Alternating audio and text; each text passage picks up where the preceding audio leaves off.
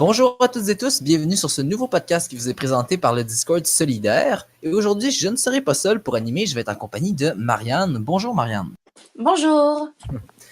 Alors, comme vous le savez sans doute, à la suite du résultat des élections le 1er octobre dernier, Philippe Couillard a démissionné non seulement en tant que chef du Parti libéral, mais également en tant que député de Roberval. Ainsi, il va y avoir des élections partielles qui vont avoir lieu le 10 décembre prochain. Donc, les candidats du Parti libéral, de la Coalition Avenir Québec, du Parti québécois et de Québec solidaire vont disputer ce siège laissé vacant. Et aujourd'hui, nous avons l'immense bonheur de recevoir le candidat de Québec solidaire dans Roberval, Luc-Antoine Cochon. Bonjour Luc-Antoine, comment allez-vous? Bonjour à vous deux, ça va très très bien. On est occupés, mais ça va bien. Parfait. Pas trop fatigué, je veux dire, vous là, même pas 2 mois, vous avez terminé une longue campagne électorale, puis là on retombe en campagne. C'est pas trop épuisant enchaîner 2 campagnes comme ça?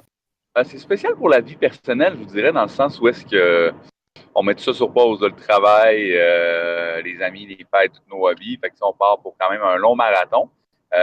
C'est sûr, je vais être clair avec vous qu'on l'avait vu venir, dans le sens où est-ce qu'on s'attendait à ça, mais peut-être pas aussitôt. Fait que ça a un peu chamboulé nos plans, mais on était quand même assez près. Fait que on a juste accéléré la cadence. Au niveau de la fatigue, non, ça va bien, parce que c'est tellement des périodes de hautes émotions, là, dans le sens où est-ce qu'on est vraiment tout le temps sollicité, là, fait qu'on n'a pas le temps d'être fatigué.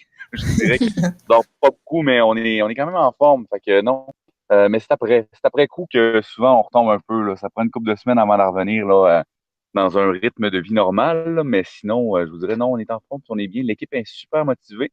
Ce qu'on trouve encourageant aussi, c'est qu'on a beaucoup de support d'un peu partout au Québec. Donc, tu sais, là-dessus, ça, c'est vraiment motivant pour nous autres. Ah, c'est super. La première question, c'est vous présentez aux auditeurs en quelques mots, donc votre vie, votre parcours scolaire, vos intérêts. Ben, en fait, moi, j'ai touché à plusieurs domaines. Pas plus formellement, j'ai été journaliste animateur à une station locale ici à Roberval durant quelques années. Ensuite de ça, j'ai travaillé à mon compte avec mon père qui est plombier. J'avais une entreprise de vente d'articles de plomberie. J'ai fait ça pendant un certain temps. Moi, j'ai quitté l'entreprise. Mon père a continué. Et moi, j'ai quitté pour me relancer dans mes premiers amours, soit la cuisine. Je sais que ça a l'air loin de la politique, mais en même temps, moi, ma vision de la politique, c'est pas une vision où est-ce que c'est carriériste, là. Dans le sens, je suis là pour changer des choses, j'ai vraiment des valeurs à défendre. Donc, à ce niveau-là, moi, j'avais envie d'avoir un métier qui me passionnait. Donc, la cuisine, c'était tout naturel pour moi, tu sais. Après mûre réflexion, je me suis dit, OK, ça, c'est le genre de travail que je ferais à tous les jours sans me lasser. Ça fait 3 ans que je fais ça, puis je vous dirais que je me suis pas trompé. Puis pour la politique, ben, je milite depuis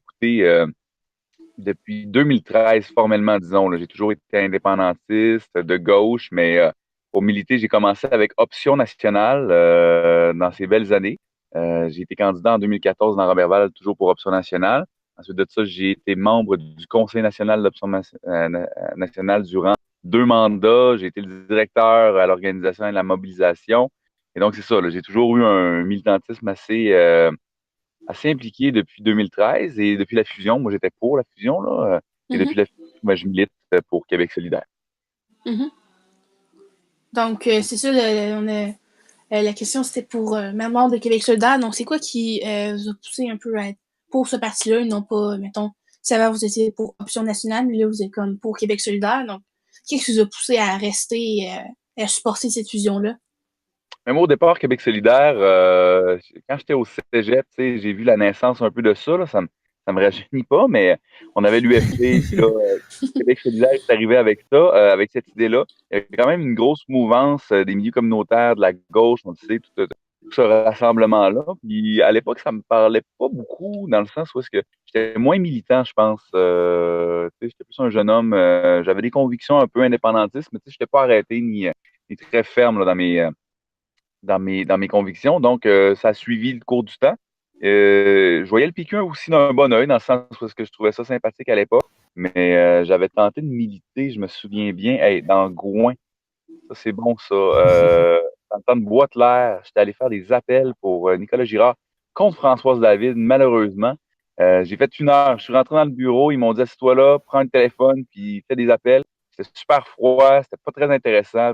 J'ai fait une heure, puis j'ai dit, ah, c'est pas pour moi ça. Fait que, mais j'ai voté à contre-cœur contre Françoise David cette fois-là. Mais je dirais que j'ai continué mon cheminement politique en me tenant informé, en faisant grandir ma pensée, en regardant les choses. Puis de plus en plus que je m'informais, ben, de plus en plus, c'est sûr que Québec solidaire devenait un choix vraiment logique pour moi, mais j'aimais pas vraiment, comment je dirais ça, pas pour décrier l'organisation, mais c'est plus peut-être un préjugé que j'avais à l'époque, là, dans le sens la gauche revendicatrice. Là, tu sais, moi, je me souviens de mes amis là, tu sais, qui étaient habillés en poncho, là, puis faire des tripes dans le bois, puis tu sais, c'était quelque chose qui me paraissait pas être dans mes valeurs à moi, là, tu sais. Mais finalement, avec Option nationale, ça m'a vraiment beaucoup politisé, dans le fond, plus militantisme, là, où est-ce que c'est un mouvement qui me parlait beaucoup parce que je suis indépendantiste, fait qu'à la base, ça venait me chercher.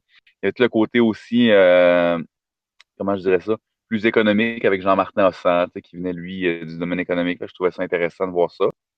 Fait que, bon an, mal an, j'ai suivi ce parcours-là. C'est là vraiment que j'ai appris les rouages de la politique interne, là, tu sais. On change beaucoup. Lorsqu'on voit les partis de l'intérieur, on voit le genre de militants que ça apporte. Après ça aussi, on travaille, tu sais, comme j'ai travaillé sur les statuts du parti, travaillé sur le programme aussi. Fait que, tu sais, on devient beaucoup plus informé. Fait que tout ça, tout ce développement-là à travers Option nationale, puis le changement de garde qu'il y a eu aussi chez Québec solidaire, dans le sens où est-ce que lorsque Gabriel Nadeau-Dubois est arrivé aussi avec un peu plus de pragmatisme, je dirais, où est-ce qu'on a affiché l'option indépendantiste beaucoup plus de l'avant, tu sais.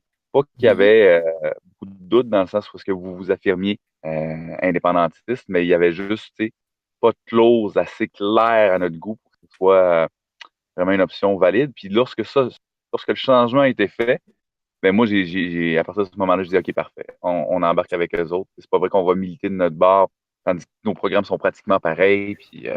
on défend à peu près les mêmes valeurs. Fait que ça a été un changement assez facile, je vous dirais, parce que c'est ça. Les valeurs sont là, la mentalité de militantisme est là aussi. Tu sais, c'est pas des partis qui étaient très électoralistes, puis qui ne le sont toujours pas, dans le sens où c'est beaucoup de militants avec des valeurs, avec des convictions profondes qui militent pour moi, selon moi, les bonnes raisons, tu sais, contrairement Mhm. aux autres partis où est-ce qu'on voit tout le temps un peu le gain à faire au bout de la ligne, tandis que nous, le gain qu'on Ouais. a à faire, c'est de changer le Québec, tu sais. Fait que ça, Ouais. là-dessus, je pense que ça me parle beaucoup, ce genre de militantisme-là. Fait que, comme je vous disais, la marche n'a pas été haute, là, à franchir entre Option nationale et Québec solidaire.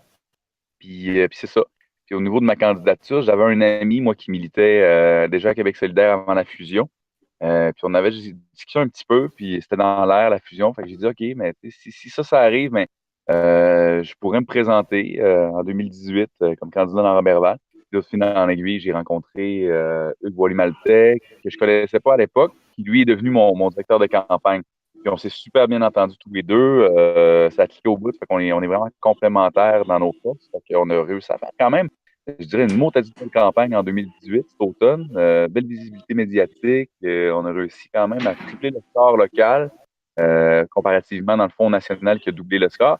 Fait qu'on était bien fiers de ce qu'on a fait. Puis là, on s'en relance. Pour celle-là, on va essayer de terminer le travail, de continuer à propager des bonnes valeurs. Parce que c'est Mhm. ça, pareil, aussi, ce qui est intéressant d'une campagne électorale, c'est que c'est une belle opportunité pour faire de la pédagogie. On peut, les gens sont pas à l'écoute.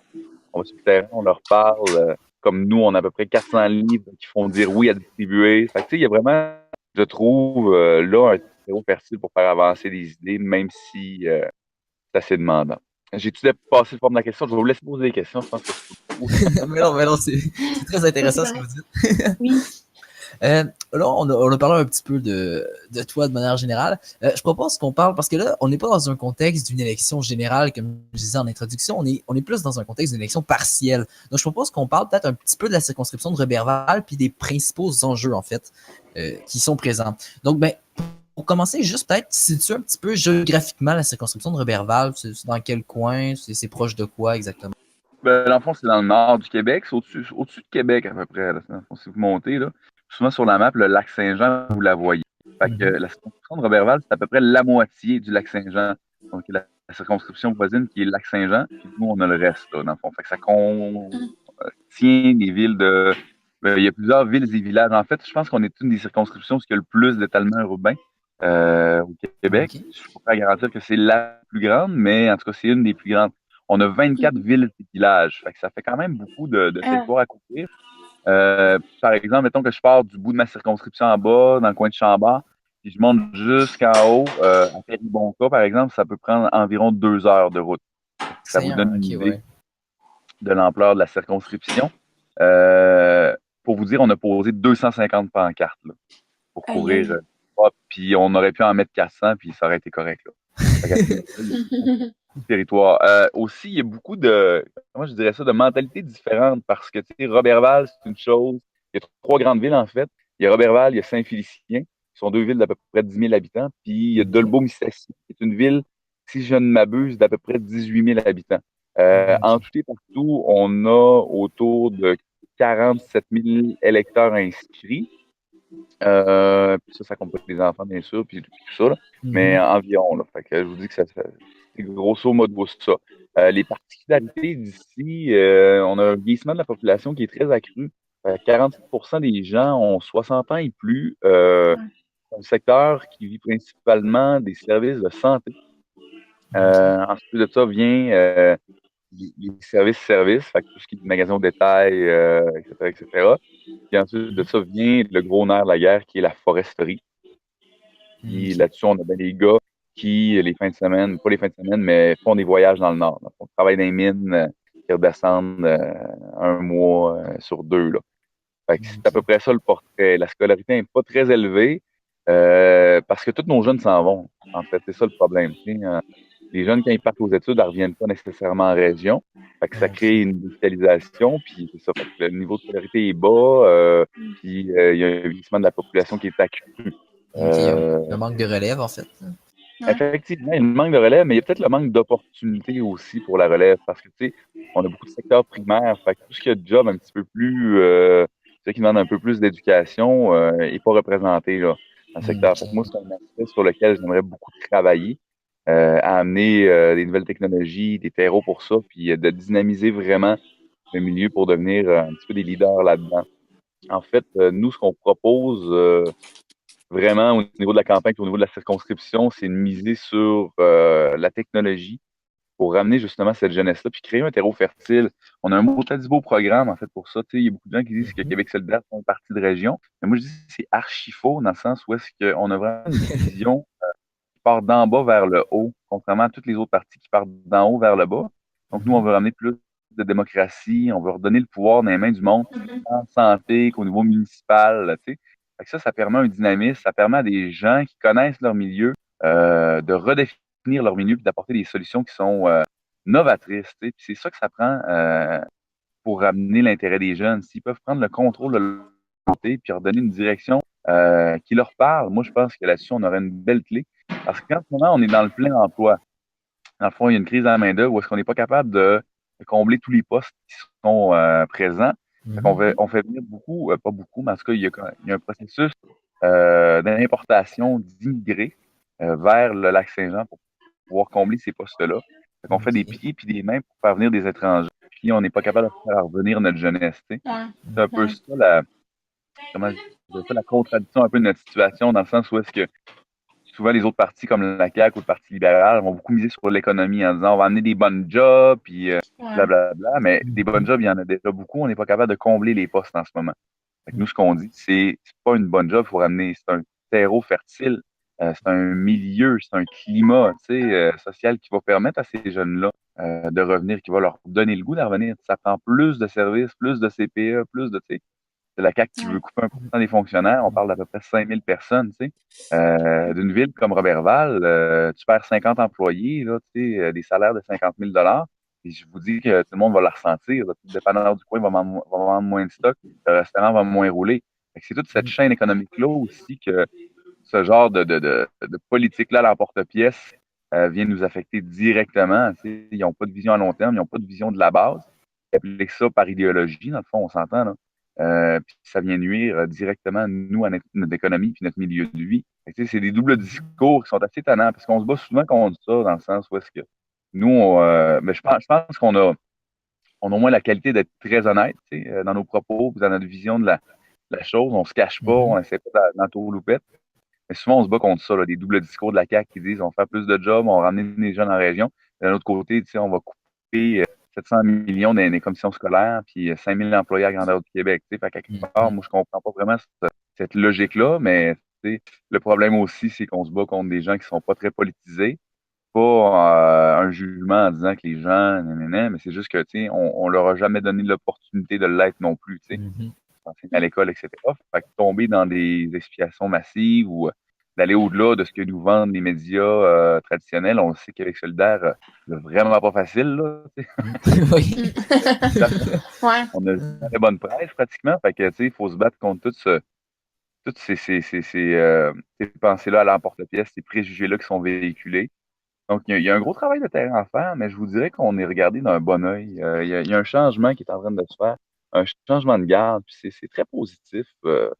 Ici, c'était beaucoup péquiste avant. Je vous dirais que le premier ministre arrive. On a eu déjà des députés libéraux, mais c'était du monde qui était très impliqué dans leur milieu, comme des semi-vedettes, là, un peu comme Denis Lebel qu'on a eu au niveau fédéral, qui est un conservateur très impliqué dans son milieu. C'est pour ça qu'il a passé d'ailleurs. Fait que les gens sont très souverainistes, mais ils ont pris le goût du pouvoir. Fait qu'à savoir de quel bord ils vont voter ce coup-ci, c'est embêtant. Vous me demandez qu'est-ce que ça change? Ben, il y a un petit peu de ça, parce que souvent dans les partiels, il y a un taux de participation qui est pas mal plus bas. On passe de 60% à 40% habituellement. Ouais. Fait que ça nous permet, nous, d'être peut-être plus forts. Si on est capable d'avoir une grosse machine sur le terrain, beaucoup de pointage à l'extérieur, parce que, en passant, je vais le plugger là, pour nos auditeurs qui nous écoutent. Si vous voulez nous aider, c'est important. Il y a des journées de pointage, des soirées de pointage qui se font et à Québec et à Montréal, 2 jours semaine, 2 soirs semaine. Fait que vous pouvez nous donner un gros coup de main en faire des appels là.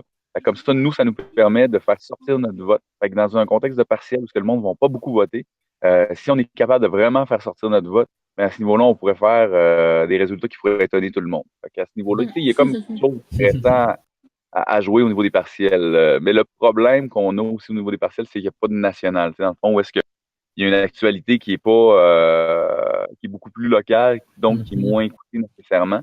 Mais d'un autre côté, ce qui est le fun en région comme la nôtre, c'est qu'il y a beaucoup de médias, il n'y a pas nécessairement beaucoup de contenu. Fait que si moindrement on est habile, on est capable de jouer des médias, dans le sens où est-ce qu'on est capable d'être couvert, on est capable de faire des belles sorties, de prendre en charge l'actualité, d'amener des positions un petit peu plus clivantes. Donc, il y a une belle stratégie à avoir là-dessus. Là. J'imagine que tu peux pas avoir dans des coins plus urbains où il y a moins de médias. Fait que c'est ça à peu près la vision qu'on a pour ces partiels-ci. C'est une petite équipe, mais je vous dirais qu'on est assez dynamique. On a quand même doublé le membership. Ça regarde bien, là. Il y a quelque chose qui se passe là, dans Roberval en ce moment. On a parlé des principaux enjeux dans votre circonscription. Si vous êtes élu le 10 décembre prochain, est-ce que vous avez des exemples de choses concrètes que vous pensez être capable de mettre en place dès un premier mandat?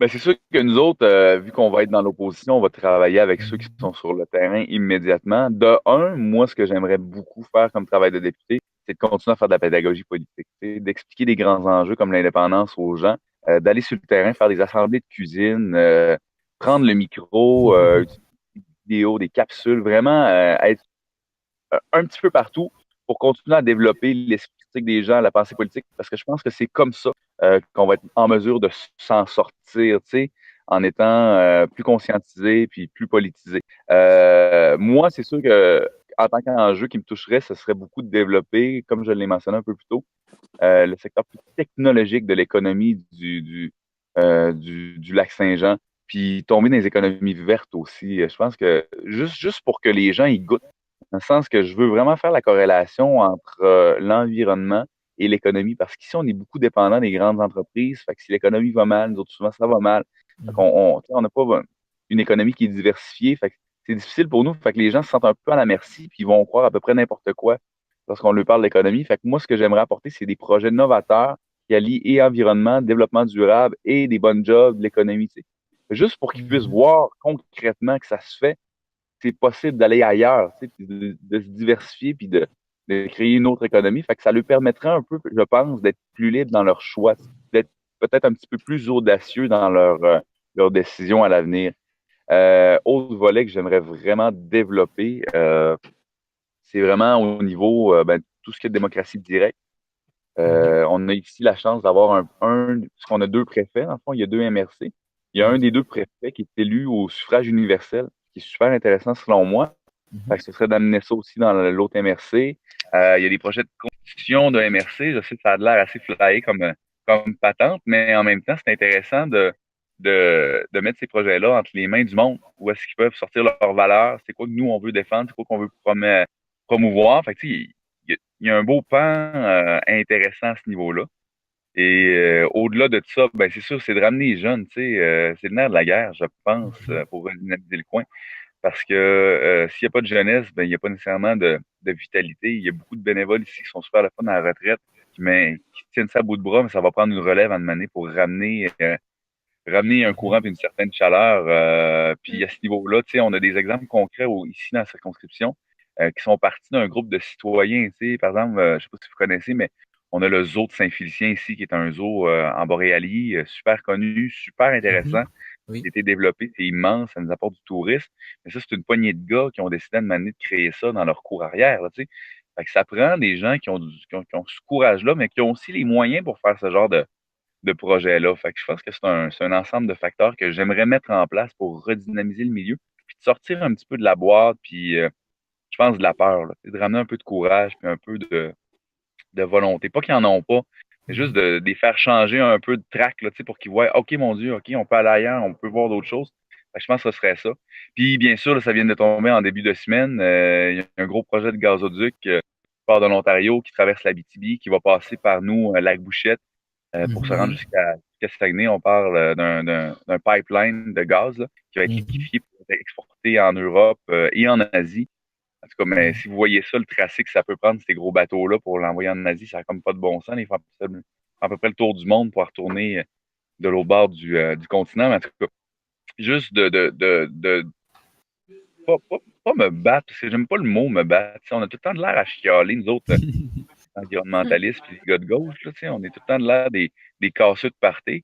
Mais ce que j'aimerais vraiment, c'est d'éduquer, ou en tout cas d'amener un autre point de vue aux gens en leur disant que ce genre de projet-là, ça ne doit plus. Ça ne doit plus exister parce que il y a d'autres solutions en ce moment, puis des solutions qui sont tout aussi pratiques, tout aussi rentables, qu'on peut mettre en place pour alimenter, par exemple, l'Europe et l'Asie. C'est pas comme si ces gens-là avaient pas de soleil ni de vent. Là. À un moment donné, là, ça prend pas du gaz de schiste pour leur faire changer d'énergie. Il y a tout ce discours-là que je trouve très troublant aussi de la part par exemple, de cette gazière-là qui nous arrive en disant on veut contribuer à la transition énergétique. Ils réutilisent tous les mots de la gauche à leur avantage en disant eux autres vont passer du charbon au gaz qui est pas mal moins nocif. Mais ce qu'ils se disent pas, c'est que ça va être du gaz de schiste probablement. J'ai une certitude à 95% parce qu'ils sont en train de développer dans ce coin-là beaucoup de projets de gaz de schiste, puis des nappes de gaz naturel, mais il n'y en a plus beaucoup. Il y a ce discours-là qui est tellement désagréable parce que ces gens-là ont beaucoup de visibilité, ont beaucoup d'argent, ont beaucoup de moyens, puis les gens en général n'ont pas l'esprit critique assez développé pour faire la part des choses. Fait que c'est pas que je dis que les gens, encore une fois, sont pas intelligents. Au contraire, moi je pense que les gens ont tous les outils nécessaires au niveau de leur capacité pour comprendre ces enjeux-là. C'est juste qu'on ne les a jamais donné les formations nécessaires pour faire la distinction entre en bon français de la bullshit, tu sais, puis arrive avec des vraies informations. Fait que tu sais, c'est tout ce combat-là en amont aussi qui est amené, dans le sens, oui, on a des idées à mettre en place, mais pour que ces idées-là puissent acheminer, ben, il va falloir aussi, comment je dirais ça, labourer la terre, tu sais, puis semer, tu sais, avant que ça puisse pousser. Fait que, ouais, ça ressemble à ça pas mal, je pense, que je voudrais faire Une chose qui revient souvent dans ce que vous dites, c'est des mots comme pédagogie, éducation, etc.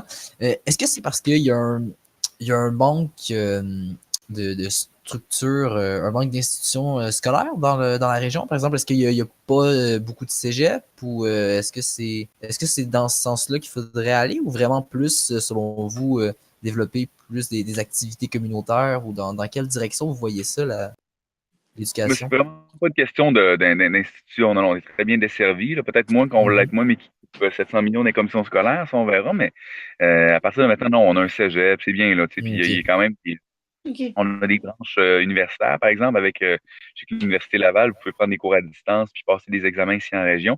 Fait que, il y a quand même ce service-là qui est offert.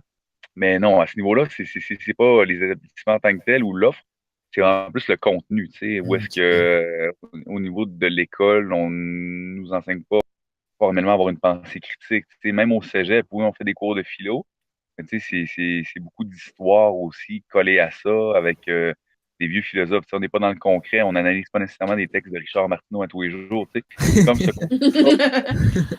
au jour le jour que ce serait intéressant de ramener dans la population, tu sais, puis il y a beaucoup de monde aussi qui sont intimidés par la politique, tu sais, ils se disent hey, moi je connais pas ça, puis je sais pas trop, puis ils vont finir par voter comme mettons, le frère connaît ça un petit peu plus, fait que tu sais, ils osent pas non plus s'afficher ou s'affirmer en ayant peur d'avoir de l'air idiot, tu sais.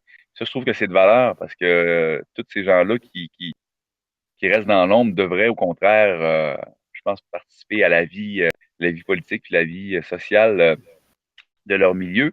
Fait que, tu sais, ce serait peut-être aussi juste de faire des petits cours de pensée critique, des cours de politique, juste pour leur donner des petites bases, puis qu'après ça, eux autres puissent, tranquillement, pas vite, ben, aller à leur rythme, lire des textes, des nouvelles, tu sais, sur un œil nouveau. Tu sais, ça se développe comme ça. T'as pas besoin d'être un universitaire pour développer une pensée critique. Au contraire, c'est juste du gros bon sens. Puis c'est juste développer peut-être un réflexe de tout le temps un peu douter tu sais, de ce qui t'est offert à la TV, puis d'avoir une vue d'ensemble, là, d'être moins partisan peut-être aussi. Parce que c'est souvent ça aujourd'hui, la politique, ce qui est de valeur, c'est que c'est mon équipe contre la tienne. Tu sais. C'est les bleus contre les rouges, ou tu sais, on le voit beaucoup Ouais. avec les équipes en ce moment, tu sais, où ce que, ils ont une rage folle. Québec solidaire, là, sont vraiment dans l'émotion, là, une grosse colère, tu sais. À la minute qu'il y a un prétexte pour nous tomber sur la tomate, ben ils le font, là, tu sais, puis avec de la force démesurée, moi, je trouve, tu sais. Fait que, puis nous, on n'a pas cette culture-là politique. Puis je trouve ça intéressant, d'ailleurs, de Québec solidaire, d'être beaucoup moins dans l'émotion, puis d'être beaucoup plus dans le pragmatisme. Mais reste que c'est ça. La plupart des gens vivent encore leur politique comme ils vivent leur match de hockey, tu sais. Je pense qu'il faut Ouais. sortir de ce carcan-là, puis voir ça avec un œil beaucoup plus rigide, je pense, tu sais. Peut-être moins excitant, mais c'est plus payant à long terme, je pense, de voir ça. Bon, je pense on a quand même on a quand même bien cerné la plupart des, des enjeux dans la circoncision. Fait qu'on on va continuer Ouais. à parler un petit peu de la campagne, Ouais. comment ça se passe. Donc, on Ah, avait déjà parlé. là, je vous laisse encore 10 minutes, mettons, OK? On se donne ça, puis Ok. après ça, tu finir de poser tes pancartes, parce que là, j'étais avec bénévoles, puis OK. on est en train de faire ça tranquillement pas vite, mais c'est ça, il nous reste une pancarte à poser, c'est un 4 par 8, mais ça va super bien, là. On est mobilisé sur le terrain. Puis la réponse est bonne. C'est sûr que, tu sais, on est donné perdant d'avance, là. Tout le monde dit que on va voter pour la CAQ. Mais en même temps, moi, comme je le disais plus tôt, si on est capable de faire sortir notre vote, puis juste d'envoyer un message clair, tu sais, admettons, là, on est à 11% on a eu 11% dans les dernières élections. Si on est capable d'atteindre le 20%, par exemple, de battre le PQ ou puis les libéraux, tu sais, de finir deuxième, ce Ouais. serait exceptionnel dans le sens où est-ce que ça préparerait très, très bien le terrain pour 2022. Parce que souvent, Ouais. c'est ce que ça prend pour que les gens fassent un effort de plus, viennent militer, de voir qu'il y a une possibilité de gagner, tu sais, que c'est là sur le terrain. Mais nous, ça nous permettrait vraiment de plus facilement mobiliser notre monde. Parce que c'est un peu ça le nerf de la guerre aussi souvent, c'est que tu te bats contre l'indifférence. Tu sais, en politique, c'est un peu ça. Tu sais, les gens ont toute leur vie, ont leur hobby, ont leur famille. Tu sais. Fait que de donner du temps, surtout quand c'est pas évident, quand ça n'a pas de l'air à donner grand-chose, c'est difficile. Fait que si nous, pendant ces partiels-là, on est capable d'aller chercher un gros score, ben ça va nous permettre de surfer là-dessus jusqu'en 2022, puis continuer à bâtir des appuis, des acquis, puis peut-être que là, ça va nous donner un très bon tremplin pour gagner. Mais ça se peut qu'on gagne maintenant aussi. Tu sais, nous autres, on travaille pour gagner. Fait que dans cette Ouais. optique-là, c'est sûr et certain qu'on n'écarte pas cette possibilité-là. Mais statistiquement, c'est sûr que c'est moins favorable à nous autres. Mais on a vu, par exemple, Sol Zanetti, qui a des bons amis, dans Jean Lesage, gagner, puis il est parti à 11% aussi, là, tu sais. Mm. Puis il a fini avec quand même 600 voix d'avance sur son proche rival. Fait que, tu sais, il y a quelque chose qui peut se passer. C'est sûr que là, on n'est pas dans un contexte de campagne nationale où est-ce qu'on a fait une très belle campagne nationale, soit dit en passant. Mais j'ai hâte de voir le résultat. Tu sais. J'ai vraiment hâte de voir. Puis moi, c'est ma première partielle. Puis je ne sais pas à quel point on a plus de poids au niveau de la partielle vu qu'il n'y a pas de campagne nationale. Parce qu'habituellement, dans une campagne nationale, le candidat puis son équipe sur le terrain va jouer environ pour 10% du résultat. Le reste, ça va être beaucoup le national. À moins d'avoir des super vedettes ou des super équipes, comme ce fut le cas, par exemple, dans pratiquement toutes les circonscriptions que nous, on a gagnées, dans le sens Rouen, Sherbrooke, Jean Lesage, Tachereau, tout ce qui est à l'extérieur de l'île de Montréal, je crois que les militants et les candidates ont fait une grosse différence. T'sais. On parle dans Tachereau, par exemple, 17 000 appels de pointage, là, ce qui est phénoménal pour une campagne. Là. Il y avait du monde qui ont travaillé fort là-dessus. Puis, il y a eu beaucoup d'énergie mise. Puis il y a des stratégies aussi qui ont été payantes, comme dans Sherbrooke puis Rouen, où qui ont des campus universitaires. Je pense que 99% des étudiants qui avaient là ont transféré leurs adresses civiques pour pouvoir voter pour QS. Fait que ça a été un gros travail de terrain, de mobilisation incroyable que les adversaires n'ont pas vu venir, dans le sens qu'on a eu beaucoup de circonscriptions qu'on a gagnées parce qu'on les a travaillées sur le terrain. Puis, il n'y a personne, même pas les sondeurs, qui nous ont vu venir à ce niveau-là. Fait que ça veut dire que Québec solidaire a quand même une manière de faire qui est super payante, qui fonctionne bien, puis souvent on est sous-estimé. Fait que je pense que nous, avec la force globale du Québec au complet, des gens qui vont téléphoner 2 soirs par semaine à Québec et à Montréal, je pense qu'on peut faire une grosse différence dans les partiels en ce moment. Donc, on avait parlé un peu des points forts, le fait qu'il y a beaucoup de travail sur le terrain. Et c'était quoi, mettons, les points, mettons, autant dans la campagne nationale que dans cette campagne-là, qui pourraient être améliorés, mettons, la prochaine élection? Moi, je pense que je pense qu'il faudrait assumer plus notre programme. Tu sais, là, on avait une très belle plateforme. Puis on parlait pas beaucoup du programme. Puis je me souviens, Gabriel qui est venu en région, puis c'est pas un blâme contre lui, là, je comprends, c'est une bonne stratégie. Mais par exemple, on a parlé de nationalisation de la foresterie, il y a des mines, choses qui sont dans notre programme. Puis en fin de campagne, on s'est beaucoup fait reprocher ces choses-là. Tu sais. On s'est fait traiter de communistes, puis on essayait de minimiser un peu en disant ouais, mais laisse pas tout de suite, ça va être dans 4 ans, puis tout ça. Moi, je pense qu'au contraire, il faudrait l'assumer dès maintenant un peu comme on assume l'indépendance, parce que même si c'est pas populaire, ça ne veut pas dire que ce sera pas payant à long terme. Tu sais, si on en parle dès maintenant, qu'on a un discours franc et vraiment dégagé sur la question, qu'on explique aux gens, mais ça va finir par être quelque chose de populaire. Il faut commencer par le vendre et l'assumer pour ensuite de ça que ça devienne quelque chose Ouais. d'intéressant. Fait que moi, c'est C'est dans cette plus logique-là crédible. que je pense que Québec solidaire devrait se positionner aux prochaines élections en assumant pleinement son programme, en assumant pleinement son côté socialiste. On est loin d'être extrémiste. Là. Ça, je m'excuse. Là, Ouais. il s'agit de regarder un petit peu ailleurs pour voir que Québec solidaire est un parti de centre-gauche. Il y a des choses au Québec qui se sont faites dans la même ligne de ce qu'on propose. Puis c'était pas mal moins, c'est pas mal moins compliqué de faire ce qu'on propose que de faire ce qui s'est proposé avant. Par exemple, Hydro-Québec, on s'entend nationaliser l'hydroélectricité, c'est un projet de fou. Fait que nous, nationaliser des secteurs comme la foresterie ou les mines, c'est pas quelque chose qui est trop difficile, qui demande une grosse expertise non plus. T'sais. Fait que c'est ça, d'avoir un petit peu plus de panache à ce niveau-là, je pense que ça pourrait être payant pour nous autres. C'est un petit peu notre marque de commerce aussi. T'sais, je dis pas de faire campagne là-dessus, je dis juste d'assumer ce côté-là. Parce qu'on va se faire reprocher ça de toute façon. Fait qu'aussi bien de prendre les devants et de Ouais. dire non, il n'y a pas de problème. Puis ben, oui, c'est une bonne idée. Voyons donc, vous êtes contre le changement. Vous êtes contre Hydro-Québec. Vous, tu sais, il y a comme des ritournelles qu'on pourrait développer aussi. C'est comme ça, je Ouais. pense qu'on peut changer la mentalité des gens. Parce que se faire traiter de communiste, c'est drôle, là, mais à un moment donné, il faut aussi expliquer aux gens qu'est-ce qu'il y en est, tu sais.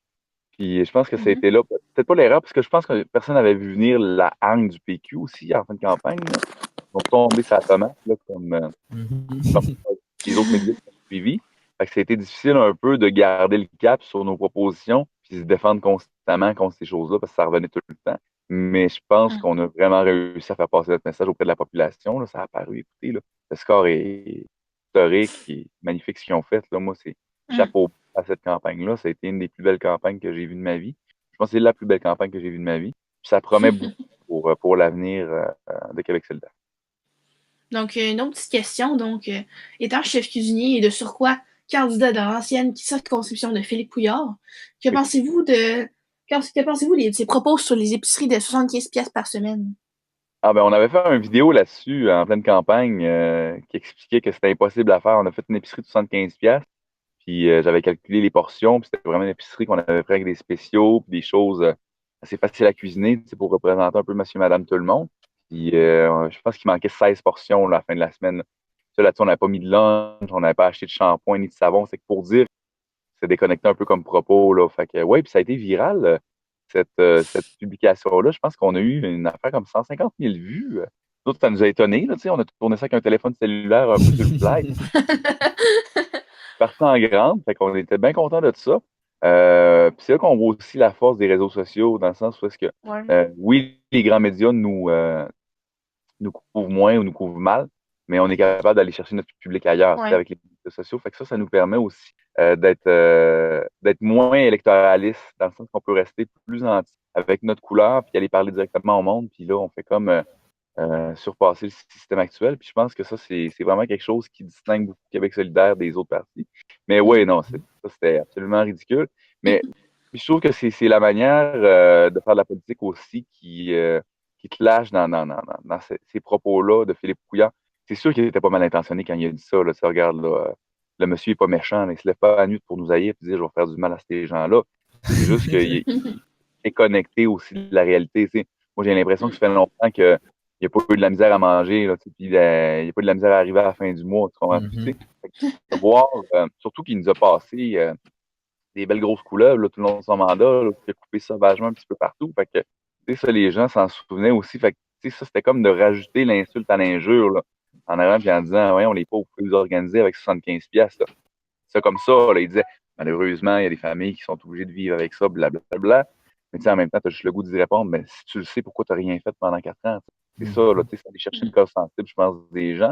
Je pense que cette classe de politiciens-là, se ressemblent beaucoup entre elles. Tu sais, du monde comme Jean-François Lisée, du monde comme François Legault. Tout François Legault, tu sais, c'est du monde qui arrive quand même d'en bas vers le haut. Je veux pas leur prêter des intentions, mais on sent aussi qu'il y a quand même une certaine déconnexion pareil. Tu sais, ces gens-là Ouais. ne vivent pas le même rythme de vie que nous autres, ils n'ont pas les mêmes moyens que nous autres. Chacun de ces trois partis-là traditionnels, le PLQ, le PQ, puis la CAQ, ont un millionnaire qui échappote, là. Un milliardaire, je veux dire. Ouais. Fait que ça, c'est spécial, tu sais. Ils répondent à quels intérêts, ces gens-là, tu sais.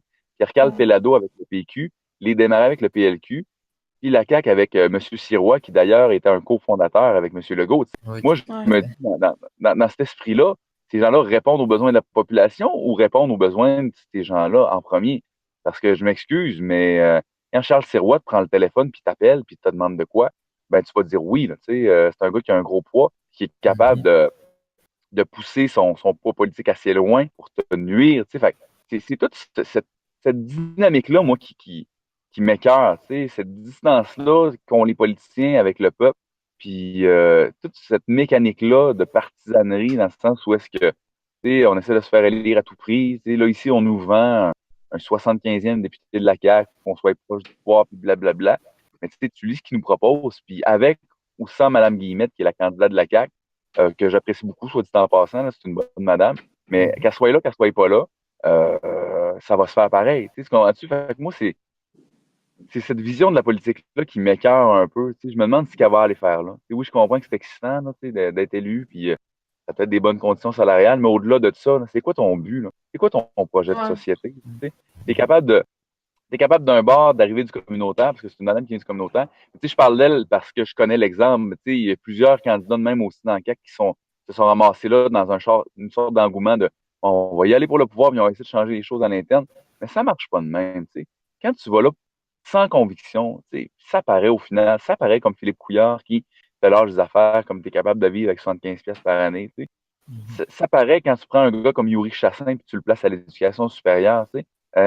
Ça paraît quand tu dis que tu es prêt à refinancer Bombardier après la patente qui vient de nous sortir, après Ouais. 2500 emplois au Québec. Tu sais, c'est tout ça qui fait que les gens ordinaires sont juste découragés. Ils sont comme, ben, sont résiliés à rien. Puis nous autres, on arrive avec nos propositions qui sont complètement à l'inverse des autres, rocambolesques. On va chercher de l'argent dans la poche des compagnies. On brasse la cage de tout le monde. On restructure les affaires. Puis on armait de l'argent pour le monde, tu sais, à leur disposition, dans les soins dentaires, dans ces affaires-là. Le monde n'y croit juste pas. Ça a l'air trop beau pour être vrai. Ouais. Tandis que le problème, c'est que nous autres, on avance pour de vrai dans le sens, mais les autres reculent, puis dans le sens des compagnies. Fait que, tu sais, c'est ce point de rupture-là qui est à mettre en évidence, selon moi, dans ce genre de discours-là du 75 piastres et d'autres exemples comme ça qui sortent continuellement. Puis tu as des gens opportunistes qui, malheureusement, continuent à faire rouler cette roue-là, tu sais. Des gens sans Ouais. vraiment grande conviction, sans valeur, qui se lancent pour dire, ben, moi, je vais représenter les gens de ma circonscription, puis je vais faire un bon travail. Au final, c'est vite le sens, parce que tu deviens un backbencher, tu sais, tu deviens quelqu'un qui a une ligne de parti, puis tu sers à rien au final. tu voles la place à quelqu'un qui serait capable de faire une vraie Ouais. job, qui est capable de faire une chose différente. Je pense que des politiciens d'arrière-ban, des députés qui servent à rien, je pense que le Québec a plus besoin de ça. Ça prend plus de monde comme Catherine Dorion, comme Mhm. Amy Pease. Ça prend du monde qui ont du bagou, qui sont là pour les bonnes raisons, puis qui sont prêts à défendre le monde, vraiment, becs et ongles. Puis je pense que c'est ça qu'on apporte comme nouvelle politique. T'sais. Les gens vont se rendre compte que la CAQ, c'est une coquille vide, c'est du pareil au même. T'sais. Puis finalement, je pense qu'en 2022, on va être très bien positionné pour faire une belle percée nouveau partout. Hey, je me suis étendu au niveau de cette question. Je pense qu'on va aller là-dessus. Ça résume pas mal de tout ce que j'ai dit. Oui, ben c'est Mhm. ce qui On termine peut y pas aller mal vite. l'entrevue. Mais, ouais, Donc, on voulait ouais, vous. Oui, Mhm. allez-y. on l'a réussi, je pense. Oui. Mais écoutez, c'était vraiment intéressant. Merci, Mhm. Luc-Antoine. Donc, je répète, Luc-Antoine Cochon, candidat de Roberval pour Québec solidaire. Si vous avez aimé ce que vous venez d'entendre et que vous habitez dans Roberval, ben, vous savez quoi faire le 10 Oui. décembre prochain. Mais Alors, si vous avez été à Robertval, je le mentionne, allez faire du pointage Québec-Montréal. Il y a des soirées d'appel. Informez-vous. C'est super important pour nous autres. S'il vous plaît, faites-le. Merci. Merci beaucoup de votre temps. oui, on vous souhaite Salut. une bonne journée et un bon succès Oui. pour vos élections. Ou les pancartes, oui. C'est une très bonne fin de journée. Salut. Bye bye.